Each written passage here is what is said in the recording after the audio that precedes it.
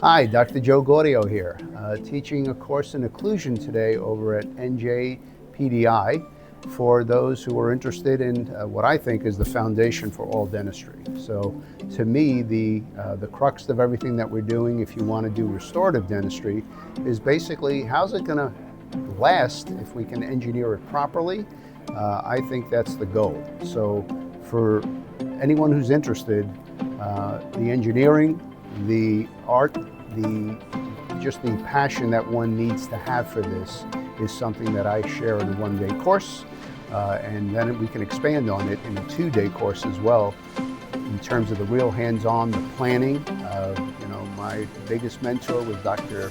Peter Dawson, and with regards to occlusion, he wrote the book, if not 6 of them. And I will tell you that, again, having that foundation and being able to predictably plan is just a gift for you and your patients. So come on down. Flexion or deviation, is there a lateral protrusion of the condyle? Is there a displacement from one side to the other? We'll get into all of that.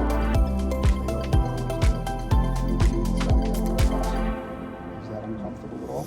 Yeah, I think that's it. This side? Yeah. Okay, midlines line up, open nice and wide.